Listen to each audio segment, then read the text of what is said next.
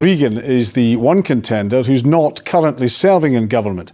She was first elected to Holyrood in 2016 and became Minister for Community Safety in 2018.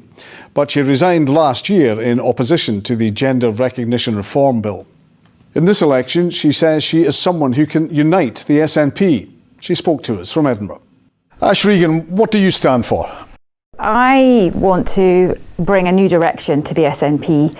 I think we need to unite the party and also unite the Yes movement, and we need somebody that can carry the country as well.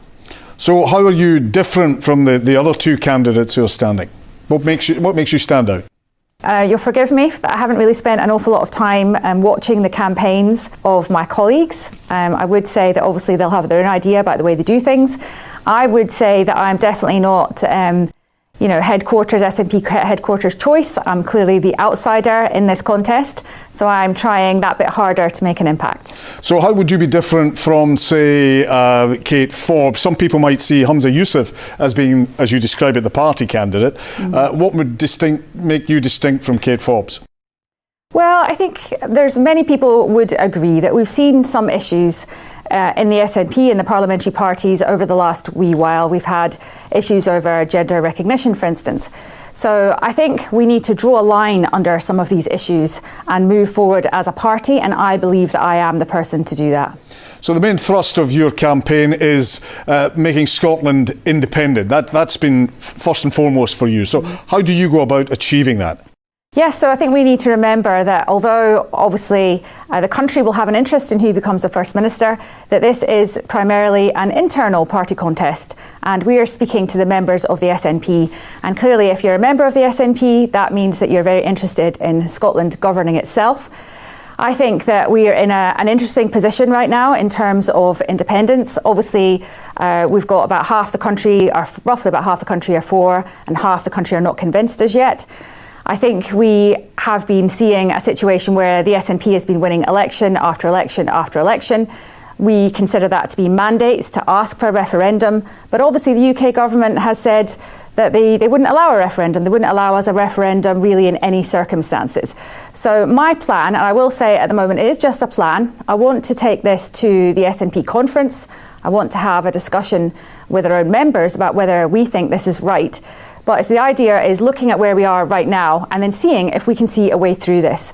So most countries that have become independent from the UK or the British Empire, of which there are quite a lot now, I think it's around about 65, have demonstrated that through rising popular support. And one way you can do that obviously is through the ballot box. So I think maybe we need to move on from the idea of referendums, of process, get back to governing wisely. And under this plan, Scotland themselves will tell us when it's time for independence. Is that not what Nicola Sturgeon was saying, though? She said the next election, general election, Scottish election, would be a de facto referendum. Is that not what you're talking about? No, it's different to that, because if you think about it, a de facto referendum is a single issue at a single occasion, and this is not what I'm suggesting. So what would a mandate be for you then? Well, I think it would actually be a clear instruction from the Scottish people. So what I'm putting forward, that is at each and every election, if pro-independence parties, so it could be just the SNP or it could be other independence parties as well, would have on the first line of their manifesto, so that people know exactly what they're voting for, and if we get 50% plus one, we would consider that to be a clear instruction from the people of Scotland to open negotiations with the UK government. And that's not a de facto referendum? No, it isn't, because a de facto referendum is fought on a single issue at a single time. What if, as has been happening all the time, the Westminster government say, no, now is not the time? Yeah, so the Westminster government says a lot of things that they later go back on. I don't need to tell you that. In all the cases that I outlined, so I was talking earlier about the 65 countries. So in all those occasions, at first, the UK government were not keen. They refused permission. They said that it wasn't okay. But due to international pressure, they later succumbed to that, and those countries all got to have their, got to govern themselves. So what would that international pressure be? Can you give us an idea what countries would support you in this? Look, I'm not going to get into that at the moment. We're dealing with the situation that we're going to approach the next election in this way. And I think we need to, when we get to that point, we can look at that then. But you are asking people to support you, one of the things you're saying is you're citing other countries, but you can't tell us who would support this approach. Yes, because at the moment I can't read into the future. I'm not a fortune teller, and neither are you. But what I'm saying is that there is a position, obviously there's the UN Charter, there's Article 1.2, and that is respect for self-determination. So there will be, Scotland's choices will be recognised internationally, and I do expect that will play into the UK government's decision making. And also, if you think about it, this is democracy in action. I don't think the UK would have a legitimate right to refuse Scotland. People have made that argument. The UK government is still saying, nope, it's not happening. So I'm just trying to boil down what happens if the UK government just keeps saying no. Well, they've been doing that so far, haven't they? So if you look at what they've been doing at the moment, what they're trying to do through refusing Scotland a referendum is to stop Scotland expressing its will. So if we move past that and we let Scotland express its will at the ballot box in the way that I've just outlined, then I believe that the UK government would have a moral imperative to listen to that. And if they don't think that, you see what I'm getting? You see the point? If they say, no, we don't have a moral imperative. I know, but I've just outlined to you that in 65 different occasions that they started off saying no and then they said yes. So I'm dealing in reality here. Well, are you? Okay, you say you're dealing in reality, but okay. How many elections might that take? This could take a long, long time. Well, this is the point. So it's at each and every election. What I think is good about this is that we can stop talking about referendums. We can stop talking about the process, and we can clearly give this back to the people of Scotland, which rightly is where it absolutely belongs. This isn't about Westminster or what politicians at Westminster think.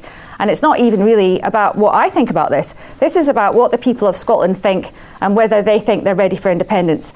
So under this, we can concentrate, and that would be my job as First Minister, concentrate on governing the country wisely. And when we do that, we're building trust in the Scottish Government, and that makes people comfortable in the thought that Scotland could go on to run its own affairs successfully. And in doing so, that will give people the comfort, it will make them feel confident enough to vote for Scotland to become an independent country. Extrapolating that though, what if Scotland was an independent country and it works out the way you want it to, and then things don't quite work out as an independent country? Would unionist parties then be able to say, if we get a majority, we go back into the UK? Well, it's up for the unionist parties to put that forward as their position. But you wouldn't disagree with that? You would see the principle of that being fair? I think the unionist parties are entitled to argue a political point just the same as I am. I think that's a fair process. You've spoken about working with pro-independence parties. The other pro-independence party in Scotland are, of course, the Greens, and you've been fairly dismissive of them. You've been talking about the tail wagging the dog and such. You're opposing much of what they have pushed through in the Scottish Government. You really don't like the Greens, do you? I actually do really like. There's many members of the Greens that I do like. What I'm saying is that the SNP got 45% of the vote at the last election, and the Greens got 4%. And obviously they are our coalition partners under the current arrangement. And what I've said is that I would, of course, sit down and talk to them and see where we could go with this if I become the leader. However, I have seen in the press some reports of the Green Party saying themselves that they would consider myself being the leader to be a red line for them, that they don't agree with some of the positions that I've taken on things. And obviously that's up to them. But I would like to sit down and have that conversation with them. Would you be dismayed if they didn't follow you and were not part of the government anymore? I wouldn't. I think I'd be quite confident in being able to take the government forward. I've worked in a minority government before, and I'd be happy to do that again. What about another pro-independence party, Alapa and Alex Salmond? Would you be happy to bring them back into government with you? Well, they don't have any seats in the Scottish Parliament. No, indeed, but in a future election if they did? If they did, of course, I will work with any pro-independence party. Indeed, I will work with parties that are not pro-independence. I am concentrating, if I become the First Minister, I think we need to get back to the priorities that the Scottish people have for Scotland. So that's things like the NHS, the cost of living crisis, the economy. I need to be focusing on that, and I would like Parliament to focus on those issues. So I will work across the Parliament in order to do what's right for the people of Scotland. On this programme, Humza Yousaf spoke about the SNP Chief Executive Peter Murrell as a proven winner, he said. Why would you want to get rid of somebody like that? Well, he's been in post for some time now. I think in a corporate setting, it would be very unusual, and I think it would be frowned upon to have a husband and wife team at the top in that way. Especially if you think about the contest that's carrying on at the moment. I suppose the way to look at it is, what would you think if Carrie was counting the votes for Boris's successor? Just remind us tonight then, just in terms of support, how many of your own MSP colleagues have endorsed you?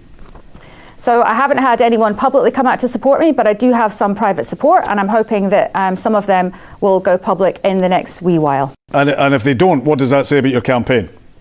Well, I think many of my colleagues were probably quite surprised that I entered this contest. It's certainly something that I hadn't been thinking about for a long time, maybe unlike some of the others.